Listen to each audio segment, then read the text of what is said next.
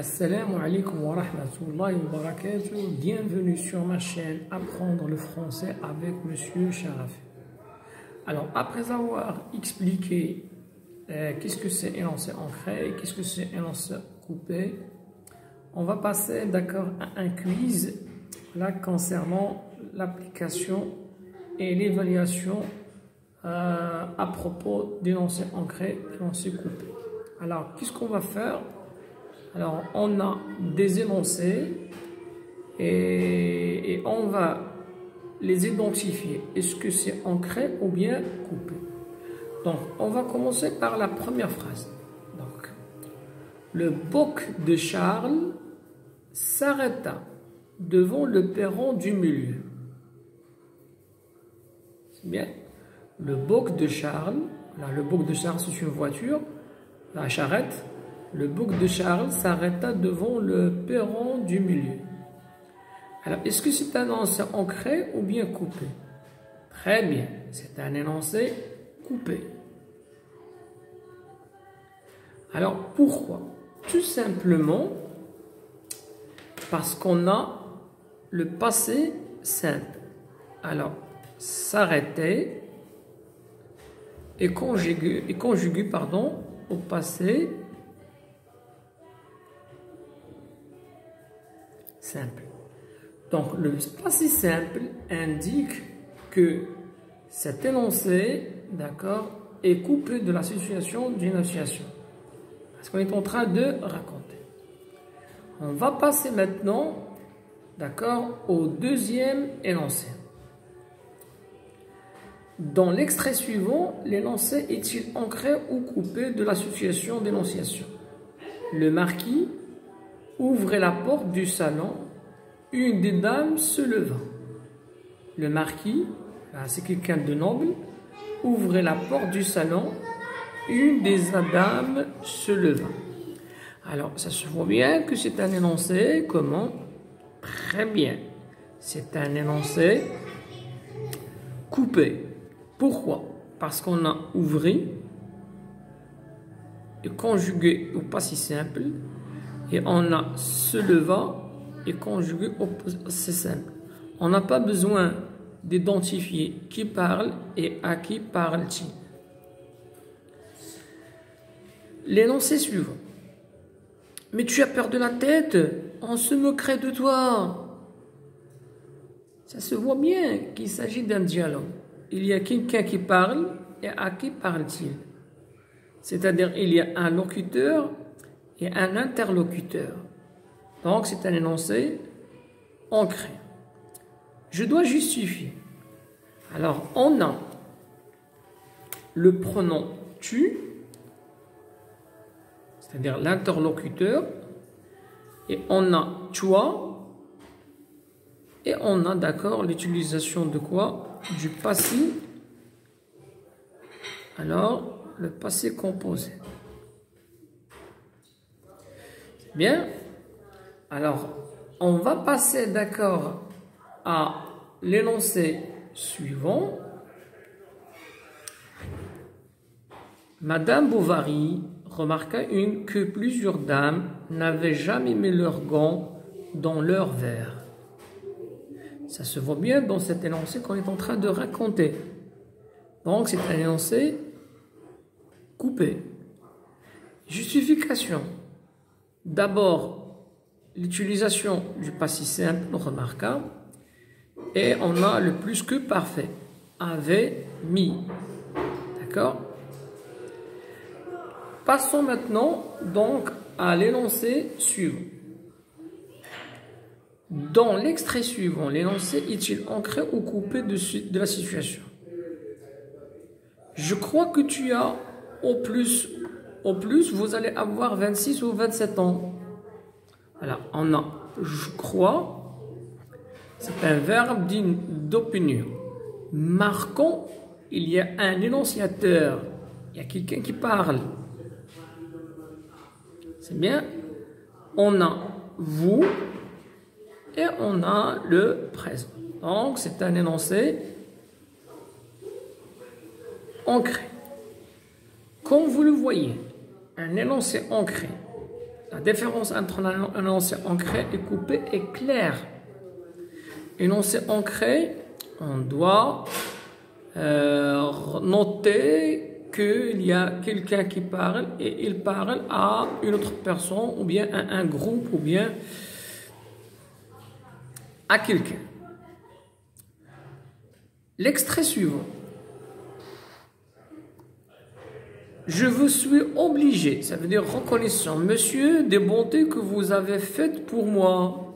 Je vous suis obligé, monsieur, des bontés que vous avez faites pour moi. Ah, ça se voit bien que c'est un discours.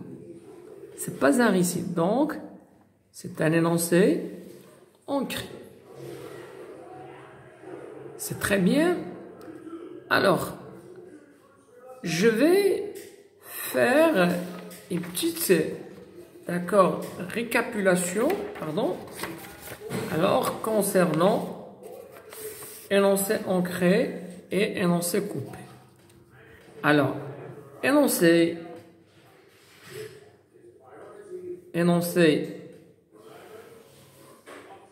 ancré correspond au discours. C'est-à-dire quoi? On a un locuteur et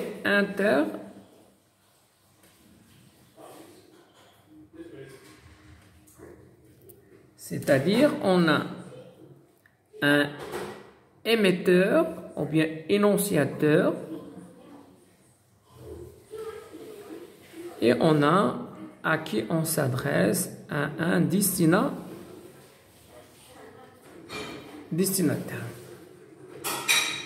Les indices montreront qu'il s'agit d'un énoncé ancré.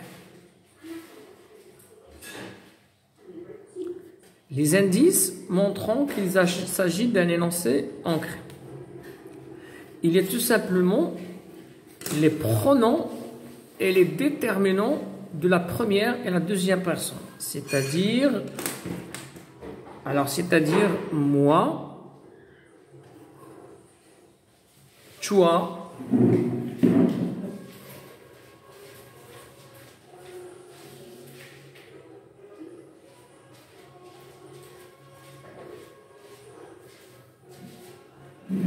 pardon, on va enchaîner, c'est-à-dire moi, toi, alors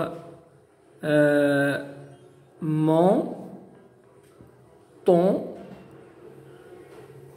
ma, ta,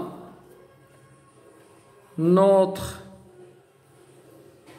votre, nos, vos, le mien, le tien, d'accord, tout ce qui réfère, voilà, à la première et la deuxième personne, que ce soit des pronoms ou bien des déterminants. Il y a également le pronom je,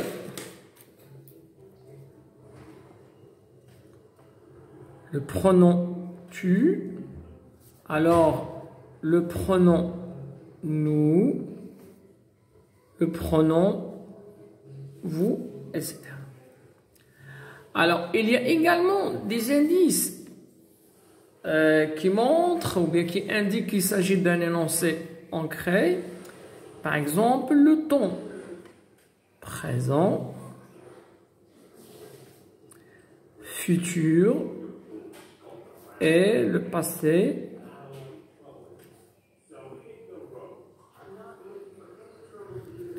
composé. Également, d'accord, il y a d'autres indices qui montrent qu'il s'agit d'un énoncé ancré. Par exemple, les adverbes de temps et de lieu. Par exemple, ici, c'est bien. Alors, par exemple, aujourd'hui,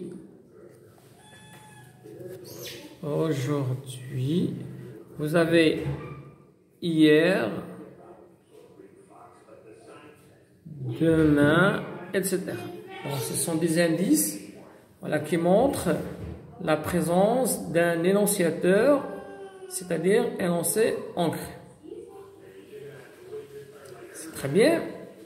Alors, à l'examen, il vous demande, à ceux qui vont passer par exemple le régional, il vous donne un énoncé et il vous demande d'identifier le mode d'énonciation. C'est-à-dire, est-ce que c'est un énoncé ancré ou bien coupé. Alors, voici les indices qui montrent qu'il s'agit d'un énoncé ancré. Alors, maintenant, on va passer, d'accord, à l'énoncé coupé. Alors, l'énoncé coupé, c'est bien, donc l'énoncé coupé, pardon, alors, énoncé coupé correspond à quoi? Il correspond au récit, c'est-à-dire on raconte, on narre, etc.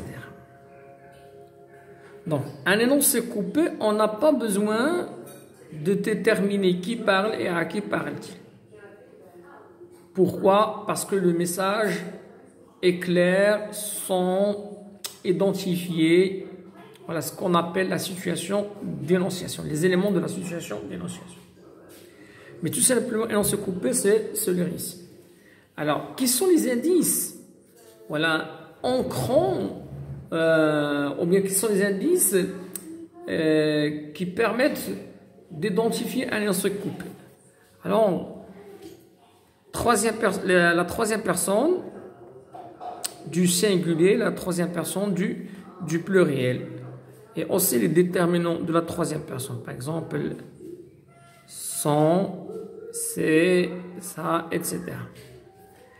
Alors, les temps utilisés concernant un énoncé coupé. Donc, on a les temps,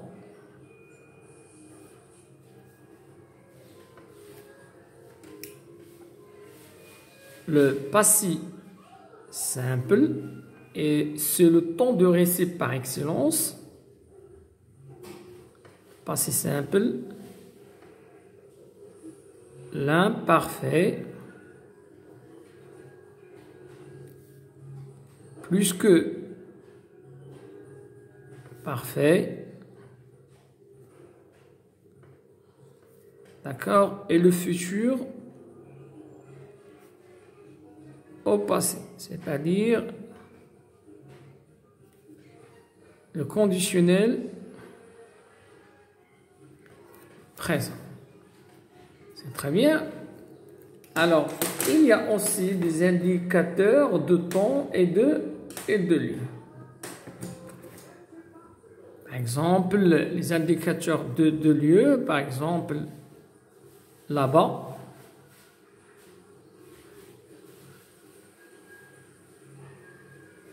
Vous avez, d'accord, la veille, c'est-à-dire les indicateurs temporels concernant le discours indirect. La veille, ce jour-là, la semaine précédente, la semaine précédente. Alors, je récapitule. C'est trop facile d'identifier quoi? Un énoncé coupé. Surtout, il s'agit de la narration. On est en train de raconter, de réciter. Donc, les indices qui sont bel et bien clairs, permettant d'identifier, voilà, l'énoncé coupé. C'est le passé simple, l'imparfait. D'accord? Ce jour-là, le lendemain, le surlendemain, la semaine précédente, l'année suivante, etc. J'espère que j'ai pu donner une idée claire sur l'énoncé ancré et l'énoncé coupé. Si vous avez des questions, n'hésitez pas à me les poser, d'accord? Ou bien à me contacter par téléphone ou bien via WhatsApp. Donc, je serai disponible et je répondrai à toutes, voilà, vos questions. À la prochaine, Inch'Allah.